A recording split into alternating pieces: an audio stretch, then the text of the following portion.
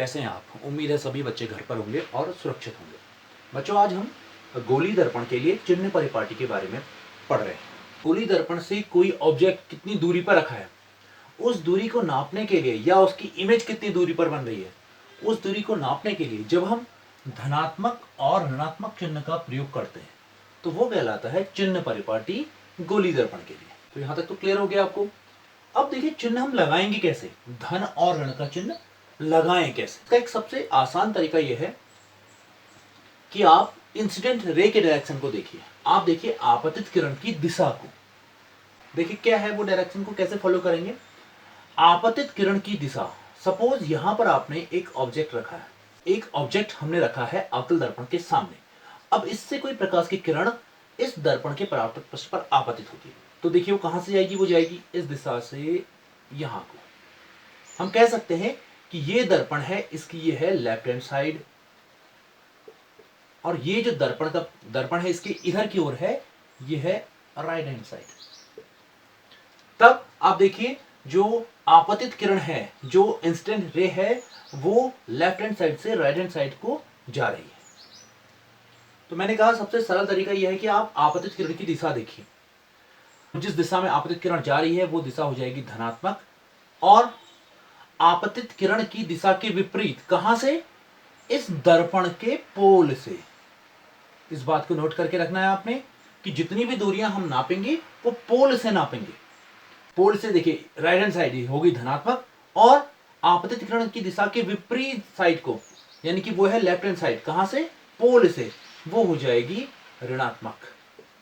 जरूरी नहीं है कि बच्चे ऐसा ही करें। कुछ बच्चे सोच रहे होंगे कि अगर हम, ये दर्पण है, देखिए एक रफ डायग्राम ड्रॉ कर लेते हैं। अब की बार हमने इसका डायरेक्शन थोड़ा चेंज कर दिया, और ये इसका प्रिंसिपल एक्सिस है, और देखिए यहां पर को मैंने अब की बार, ये LHS है इसका, और ये है RHS। अब देखिए पहले तो RHS अभी धनात्मक था, लेकिन अब क्या होगा, क्या अब की बार भी ये धनात्मक ही होगा? ध्यान दीजिए, मैंने कहा था कि हमने इंसिडेंट रे के डायरेक्शन को फॉलो करना है। देखिए अब की बार आपतित किरण की दिशा राइट हैंड साइड से लेफ्ट हैंड साइड को जा रही है, कुछ इस प्रकार से। तो लेफ्ट हैंड साइड अब की बार क्या हो जाएगी, धनात्मक हो जाएगी, जबकि राइट हैंड साइड जो इस आपतित किरण की दिशा के विपरीत साइड है वो हो जाएगी ऋणात्मक।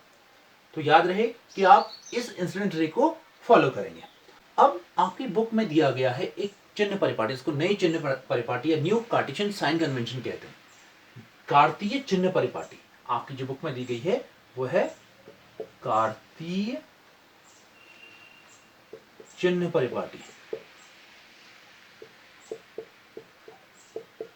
देखिए कार्तीय चिन्ह परिपाटी क्या है।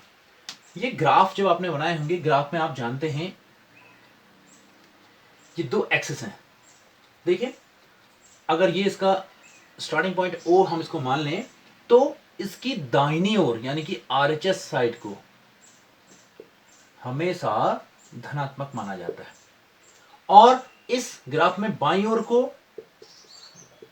माना जाता है ऋणात्मक। तो आपकी जो बुक में दिया गया होगा वो यहां कार्तीय चिन्ह परिपाटी के अनुसार समझाया गया है कि आप हमेशा ऑब्जेक्ट को बाईं ओर रखें, जिससे आपको कंफ्यूजन ना हो कि कहां को धन लगाना है और कहां को ऋण लगाना है। लेकिन हो सकता है कई बार ऐसे क्वेश्चन आ जाएं जिसमें आपका जो ऑब्जेक्ट है वो राइट हैंड साइड में रख दिया जाए, तब आप इंसिडेंट रे के डायरेक्शन को फॉलो करेंगे। नहीं तो आप अपनी बुक के अनुसार कार्तीय चिन्ह परिपाटी, कार्टेशियन साइन कन्वेंशन के अनुसार ऑब्जेक्ट को हमेशा बाईं ओर प्लेस करेंगे।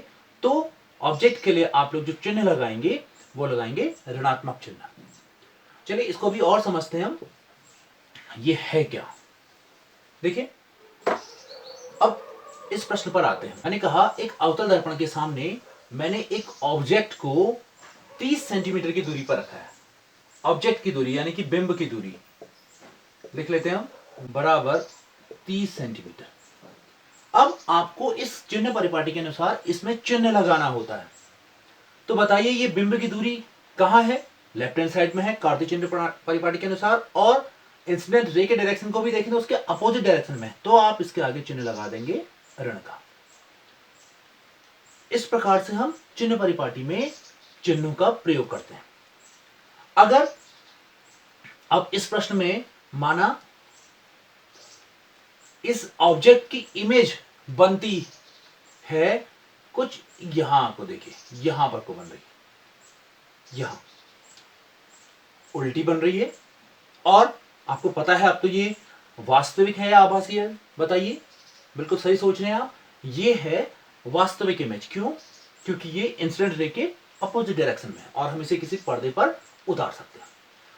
माना मैंने कहा आपसे कि 30 सेंटीमीटर की दूरी पर मैंने किसी ऑब्जेक्ट को रखा है और उसकी जो प्रतिबिंब की दूरी है, कहां से?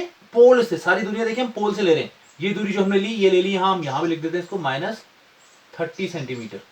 अब पोल से ऑब्जेक्ट जो इमेज है उसकी दूरी ये है माना 45 सेंटीमीटर, 45 सेंटीमीटर। तब आप बताइए इसके आगे कौन सा चिन्ह लगाएंगे आप? बिल्कुल सही सोचा आपने, क्योंकि ये लेफ्ट हैंड साइड में है इमेज और यहां कहीं इंसिडेंट रे के डायरेक्शन के अपोजिट डायरेक्शन में, तो इसके आगे भी माइनस का साइन लगाते हैं। यहां ध्यान देने वाली बात यह है, जब भी रियल इमेज बनेगी वहां पर जो दूरी नपेगी वो हमेशा ऋणात्मक ही होगी। चलिए यहां तक तो आपकी समझ में आ गया होगा कि हम चिन्ह कैसे लगाते हैं। अब मैंने आपको इस प्रश्न में माना एक चीज और दे दी। मैंने कहा ये जो ऑब्जेक्ट है ए बी, इसकी हाइट दे दी मैंने, ऊंचाई। मैंने कहा ये जो ऑब्जेक्ट है ए बी, बिंब की ऊंचाई है माना 3 सेंटीमीटर। अब आपको क्योंकि चिन्ह परिपाटी के अनुसार हर किसी के आगे जितना भी डेटा आपको दिया है चिन्ह लगाने। तो देखिए ये अब अगला नियम क्या कहता है चिन्ह परिपाटी का? ये कहता है जितनी जो प्रिंसिपल एक्सिस है, जो मुख्य अक्ष है, इसके ऊपर की ओर को जितनी भी दूरियां नापेंगे आप, वो सब की सब धनात्मक होंगी। जबकि अगला नियम कहता है कि इस प्रिंसिपल एक्सिस के नीचे की ओर को जितनी दूरियां नापेंगे आप, वो ऋणात्मक होंगी। और मैंने कहा आपसे अब माना प्रतिबिंब की ऊंचाई है 5 सेंटीमीटर। तब आप बताइए कौन सा चिन्ह लगाएंगे आप इसमें ऊंचाई के लिए, क्योंकि ये प्रिंसिपल एक्सिस से नीचे को बन रहा है, तो आप लगा देंगे यहां ऋणात्मक चिन्ह। तो ये है कार्तीय चिन्ह परिपाटी। इस प्रकार से आप चिन्हों का प्रयोग करते हैं। देखिए कार्टेशियन साइन कन्वेंशन के अनुसार भी यही है। हम फिर से ड्रॉ कर लेते हैं। कार्टेशियन आरएचएस साइड जो है वो हमेशा धनात्मक होगी और एलएचएस साइड वो हमेशा ऋणात्मक होगी। यदि हम एक्स एक्सिस में ऊपर की ओर को बढ़ते जाएं तो वो हो जाएगी क्या? ये हो जाएगी धनात्मक। और यदि हम नीचे को आ जाएं तो ये हो जाएगी ऋणात्मक। बिल्कुल देखिए यहां भी ऐसा ही करा है हमने। चलिए क्वेश्चन से और समझते हैं कि आपने क्या क्या सीखा है। यहां पर को देखिए, अब की बार हमने थोड़ा सा इस ऑब्जेक्ट की दूरी को चेंज कर देते हैं। माना ये है हमारा अवतल दर्पण के आगे ये पोल, और इसका फोकस आपको पता है अवतल दर्पण का फोकस कहां होता है? हमेशा इस डायरेक्शन में होता है। ये इसका एफ और ये है यहां पर इसका सेंटर ऑफ कर्वेचर। तो मैंने कहा अब की बार जो मैंने ऑब्जेक्ट लिया है उसको लिया है एफ और पी के बीच में यहां पर, और इसकी जो इमेज बन रही है वो बन रही है राइट हैंड साइड में, यहां पर ऐसी इमेज बन रही है। अब आपको डेटा दिया गया है, ये जो दूरी है ध्रुव से लेकर के ऑब्जेक्ट तक की दूरी, बिंब की दूरी माना 4 सेंटीमीटर है। तो बताइए अब फटाफट से इसमें साइन लगाइए आप लोग अपनी कॉपी में। बिल्कुल कुछ बच्चों ने लगा लिया है। इसके आगे ये जो दूरी नपेगी ये आ जाएगी माइनस में। फिर लगाइए आप प्रतिबिंब, माना पोल से प्रतिबिंब की दूरी है 7 सेंटीमीटर। तो बताइए अब की बार कौन सा चिन्ह लगेगा इसमें? बिल्कुल सही चिन्ह लगा रहे हैं आप लोग, धन का चिन्ह। और यहां पर प्लस का साइन आ जाएगा। क्यों आएगा? देखिए क्योंकि ये जो इमेज बनी है ये राइट हैंड साइड में बनी है और इंसिडेंट रे के डायरेक्शन में ही बनी है। और यदि मैं इसकी ऊंचाई दे दूं, बिंब की ऊंचाई, मैंने कहा बिंब है 2 सेंटीमीटर, तो बताइए उसमें कौन सा चिन्ह लगा? प्लस का। और मैंने कहा फिर अगली बार आपको जो मैंने दिया प्रतिबिंब 5 सेंटीमीटर।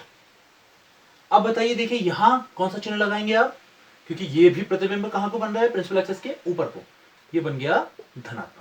हमें इस चित्र से पता चलती है, इस रे डायग्राम से हमें पता चलती है एक और बात कि अवतल दर्पण के लिए जो फोकस दूरी होगी वो हमेशा ऋणात्मक होगी। जबकि वहीं अगर हम बात कर लें उत्तल दर्पण की, देखिए तब आप लोग देखेंगे कि उत्तल दर्पण के लिए फोकस दूरी हमेशा कहां होती है? धनात्मक होती है, और अवतल दर्पण के लिए फोकस दूरी हमेशा ऋणात्मक होती है। हमेशा ये भी याद रखिएगा कि अवतल दर्पण में प्रतिबिंब की दूरी धनात्मक तथा ऋणात्मक दोनों हो सकती है, क्योंकि प्रतिबिंब लेफ्ट हैंड साइड भी बन सकता है और राइट हैंड साइड भी बन सकता है। लेकिन उत्तल दर्पण में प्रतिबिंब की दूरी हमेशा धनात्मक होगी, क्योंकि यह प्रतिबिंब हमेशा राइट हैंड साइड में बनता है। और हमेशा इसकी ऊंचाई भी धनात्मक ही होगी, क्योंकि उत्तल दर्पण में प्रतिबिंब हमेशा आभासी बनता है। तो बच्चों, आज हमने जाना गोली दर्पण के लिए चिन्ह परिपाटी और कार्तीय चिन्ह परिपाटी द्वारा किस प्रकार से चिन्ह लगाए जाते हैं दर्पण से दूरियां नापने के लिए। तो आज की क्लास में यहीं तक। आज अपने घर से एक प्रश्न करना है, नोट करेंगे आप लोग प्रश्न को। आपने चिन्ह लगाने हैं, प्रश्न नोट करिए। एक अवतल दर्पण के सामने कोई 5 सेंटीमीटर ऊंचा बिंब 20 सेंटीमीटर की दूरी पर रखा गया है तथा उसका प्रतिबिंब दर्पण से 30 सेंटीमीटर की दूरी पर वास्तविक प्रतिबिंब प्राप्त होता है, जिसकी ऊंचाई 8 सेंटीमीटर है। चिन्ह परिपाटी का प्रयोग करते हुए इन दूरियों तथा ऊंचाई के लिए चिन्ह लगाकर दिखाइए। तो ये प्रश्न है आपका आज का। थैंक यू बच्चों।